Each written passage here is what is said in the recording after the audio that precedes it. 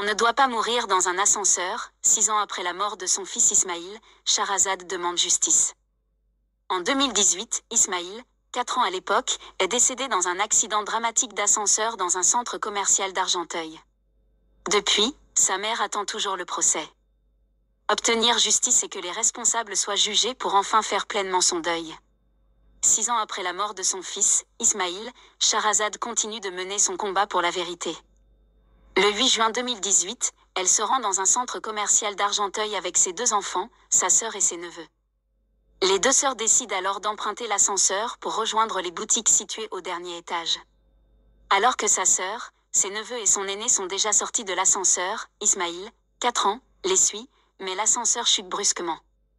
Le sol se dérobe alors sous les pieds du jeune garçon qui se retrouve coincé entre le toit et la cabine de l'ascenseur. Sa mère qui le suivait, reste bloquée dans l'appareil, sans pouvoir venir en aide à son fils. J'ai réalisé ce qu'il se passait en entendant des cris là-haut. J'ai vu que mon fils était coincé entre le haut de la cabine et le dernier étage du centre commercial. Il ne bougeait plus. Il n'y avait plus de mouvement de sa part. Entre-temps, alors que plusieurs jeunes tentent d'escalader l'extérieur de la cabine, les pompiers arrivent. Ils la font descendre par une échelle puis la conduisent à part dans une pièce pour lui annoncer que son enfant est mort. L'impression de vivre un autre drame. Un choc terrible pour Shahrazad et son mari, auquel s'ajoutent les procédures judiciaires, trop lentes. Quand le drame s'est produit, d'entrée, le procureur a ouvert une enquête. Il a demandé que des expertises soient faites. Il y a eu beaucoup de manquements de la part de plusieurs sociétés. D'une part le constructeur ThyssenKrupp, qui avait fait appel à un sous-traitant, Bagneux Hydraulique, pour réparer l'ascenseur en 2015, parce qu'il y avait déjà eu le même problème. Explique la mère de famille. Avant d'ajouter, d'autre part, il y a eu différentes sociétés qui ont eu en charge la maintenance de l'ascenseur, Otis et Schindler.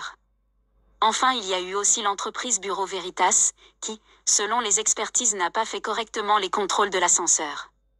Normalement, il ne devait pas chuter à plus de 40 cm, sauf que là, il a chuté à plus de 2 mètres. Si les expertises sont vite ordonnées par le procureur, les avancées judiciaires sont beaucoup plus lentes. Un calvaire pour Shahrazad et son mari qui tentent de faire leur deuil. Pendant plus de 2 ans et demi, il n'y a pas eu de mise en examen. Et là il n'y a toujours pas de procès. On a été complètement abandonné. On a l'impression de vivre un autre drame parce qu'on n'est pas pris en considération depuis 6 ans. Un projet de loi pour éviter de nouveaux accidents. Pour faire avancer son combat, la mère de famille a lancé une pétition pour réclamer justice. Mais elle ne s'arrête pas là. En juin 2023, pour accompagner les victimes et familles des victimes de ces accidents, Shahrazad a créé en juin 2023 l'association ADVA, Association de défense des victimes d'ascenseurs. Depuis 1 an, elle travaille également avec le député, LFI, Paul Vannier sur une proposition de loi. Le premier objectif c'est de protéger toutes les personnes victimes d'accidents d'ascenseurs, et le second objectif est de responsabiliser les propriétaires d'ascenseurs. Puis de préciser, en France, le parc d'ascenseurs est vieillissant. Il faut que chacun puisse saisir son député pour que cette loi soit votée, afin de protéger un maximum de personnes. On ne doit pas mourir en prenant un ascenseur. On est censé être protégé.